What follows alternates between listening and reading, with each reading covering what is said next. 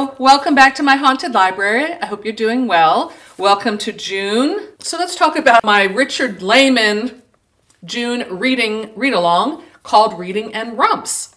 And so I have a lot of fun booktubers involved in this. I'm sure they're going to be getting videos out soon.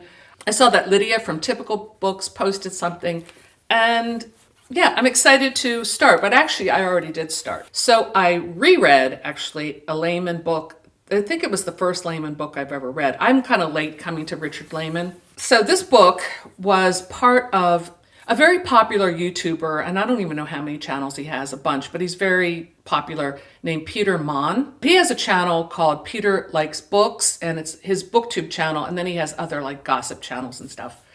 But years ago, he did a book club, and his choice was Endless Night by Richard Laymon. So I read that. It must have been 6 or 7 years ago. I remember at the time being like, oh my God, like before I understood maybe the campiness of Richard Laymon, I was a little more like offended by the book, which anytime you pick up a Richard Laymon, that's part of the process, I think. It was like, oh, why does he keep talking about teenage girls in their panties and 12-year-old boys getting like boners and stuff? Like, content warning. This is the territory that we're in. So, I was clutching my pearls a little bit, especially the first time I read it. Second time around, I was more prepared. So I'm going to talk a little bit about Endless Night and then some of my Laymon books that I plan to read for this month. And then I have a little Stephen King paperback haul that I'll talk about. Okay, so Endless Night, first published in 1993. This is kind of like a splatterpunk classic, I guess. I read the ebook version. I read somewhere it was released first as an ebook. I'm not really sure, but it's a pretty standard suspense thriller with a lot of gore and a lot of like sexually explicit content. So know that going in. Here's the basic description. Jody is pretty tough for a 16-year-old girl. That's the only reason she's still alive for now. She was sleeping over at her friend Evelyn's house when a group of killers broke in and tried to slaughter everyone. She saw Evelyn spitted on a spear. That's like on the first page. But Jody managed to escape along with Evelyn's little brother Andy. Simon was one of the killers that gruesome night. His friends have left it up to him to find the only living witness to their massacre, or else they'll butcher his family next. But Simon has his own reasons for wanting to get his hands on Jody. And believe me, it's not a wholesome one. So that's the premise. It kind of reminds me of a Dean Koontz book I read. I think it's called Velocity. He has a couple books with a similar title to that. I read it with Lydia a few years ago, where it starts with a home invasion and then just is nonstop. Kind of like one long chase scene for the entire novel. But then it does switch to the killer's perspective.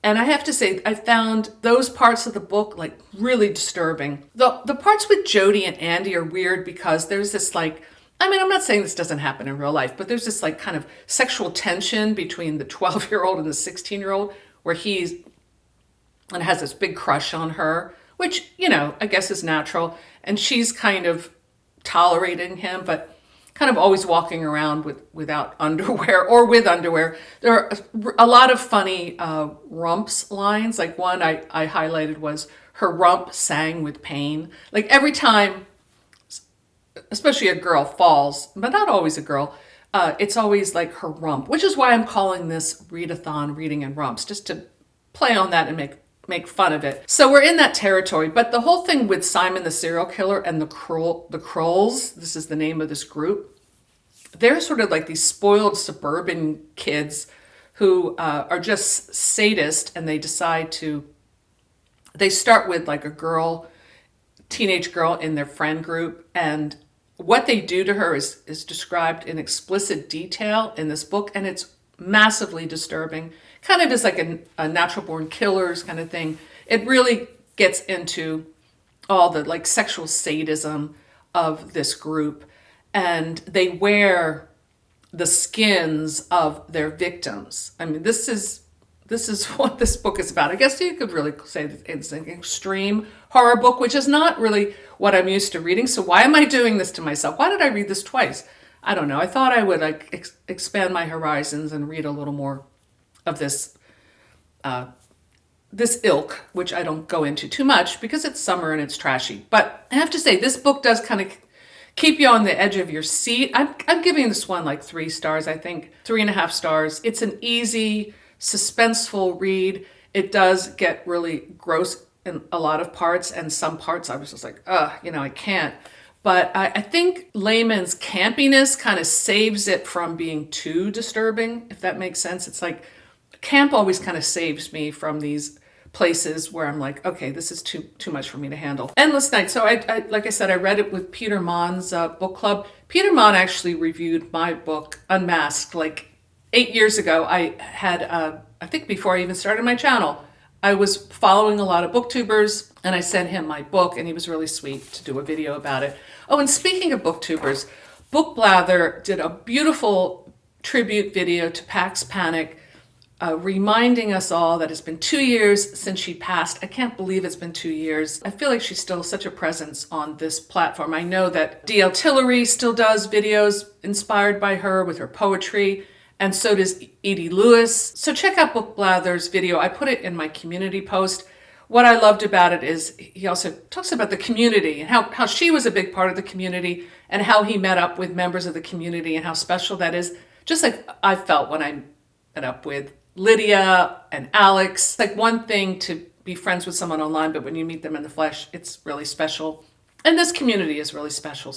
And Pax was so special, and her presence is really still very much felt in this community. So yeah, I wish she was still with us. I really do. Like I said, it's been 2 years, and you think about how much life is crammed into 2 years, and it makes you really grateful to be alive and not to kind of focus on all like the negative things, but just to enjoy reading trashy books, like the next one that is up on my TBR. I'm going to go over my Laymon TBR, but this one I actually started this morning. I read the first chapter and I'm already hooked. This is called Night Show. I love the Paperbacks from Hell embossed cover. This I got in a little haul, eBay haul of Laymon books that I was happy to find. It wasn't that expensive either. This book came out in 1984. So as you can see, it's not too lengthy and feels like a good summer read. I'm going on a little vacation away. I'm going to my annual cabin getaway very soon, and I thought I would bring this book with me because it's perfect to read in a scary cabin in the woods, I think. And it's also about film horror, which is an interesting subgenre. So let's see what else I got. This one is called Beware, and we have a meat cleaver, a bloody meat cleaver to be exact, on the cover. Is intriguing. This one's called After Midnight. This one, I feel like I've read this one before because I found this one on my shelf and I might have read it. I don't know. I'll have to, once I start reading it, I'll know, but I should know. I don't know. I've read a lot of books. This is called The Cellar. I feel like this one is pretty famous. The one that he won the Stoker Award for is the traveling vampire show, I think, which unfortunately I don't have. But if I get through all these books, maybe I'll get that one on ebook or something. And this one's called Resurrection Dreams. So if you know of any of these books, read any of them or plan to read them, let me know. But I'm not done yet. So I wanted to share a little Stephen King paperback book haul I've done recently. This was another eBay. I won this on auction. Sometimes I'll just go in and look for books on auction, and I just was curious what's out there about Stephen King because I know that although a lot of the Stephen King, of course, first editions, signed, early works are very valuable. I did a video years ago about evaluating my Stephen King collection. Maybe I will do an update to that video because since then I've gotten more books and I've gotten more paperbacks. And surprisingly, or maybe not surprisingly, the paperbacks are becoming valuable, Stephen King. So like this one, this is a first edition paperback of Carrie. This all came in a haul. I remember this book in the bookstore when I was a kid. And I remember this, in fact, I might have had this one. I remember this very well. So I was thrilled to get it. It's not in perfect condition, and I probably won't read these, the valuable ones, just I don't want to mess them up. course, I have a copy of Carrie. I really love Carrie. It's one of my favorite books of his because it's nice and short. This one is a compilation of the Bachman books, 4 early novels by Stephen King. Nice paperback edition. Let's see what we have here. We have Rage. A high school show and tell session explodes into a nightmare of evil. Never read that one. The Long Walk. Only death can keep you from the finish line in the ultimate competition of the all too near future. Roadwork. What happens when one good and angry man fights back is murder, and then some. I mean, these all sound great. The Running Man. I did read that one. In the year 2025, here we are. The best men don't run for president, they run for their lives. Do you think people today are in good enough shape to even do any running? I'm just saying. All right, what else do we have here? Oh, Stephen King's Gerald's Game. Okay, this is a nice copy. I don't know if this is a first edition copy. It has a nice little illustration here. There's ways of, I don't read all the fine print, but there's ways of figuring this out. And some, like I said, some of the first editions are worth something. I've read Gerald's Game, and yeah, that's a very interesting book, and it's a good movie. There's like a recent film, I think it was on HBO or Netflix. This is one of my favorite Kings, Pet Sematary, classic, the most frightening book Stephen King has ever written. This, I believe, is the first edition paperback. I have a nice hardback copy of Pet Sematary. I really love that book a lot.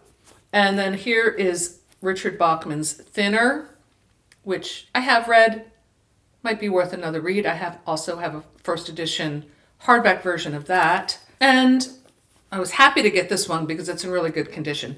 This is Cujo, and it doesn't even look like it's been read. Spine is clean. Yeah, I read Cujo a long time ago, like when it first came out. And I remember the movie, of course.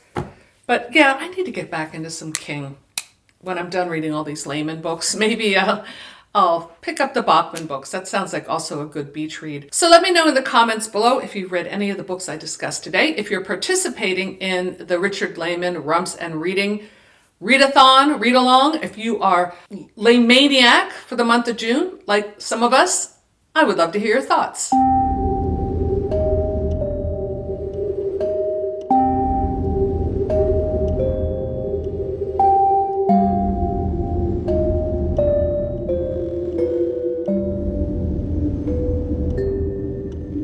So that's all I have for today. Thanks for stopping by my haunted library, and I'll see you soon. Bye.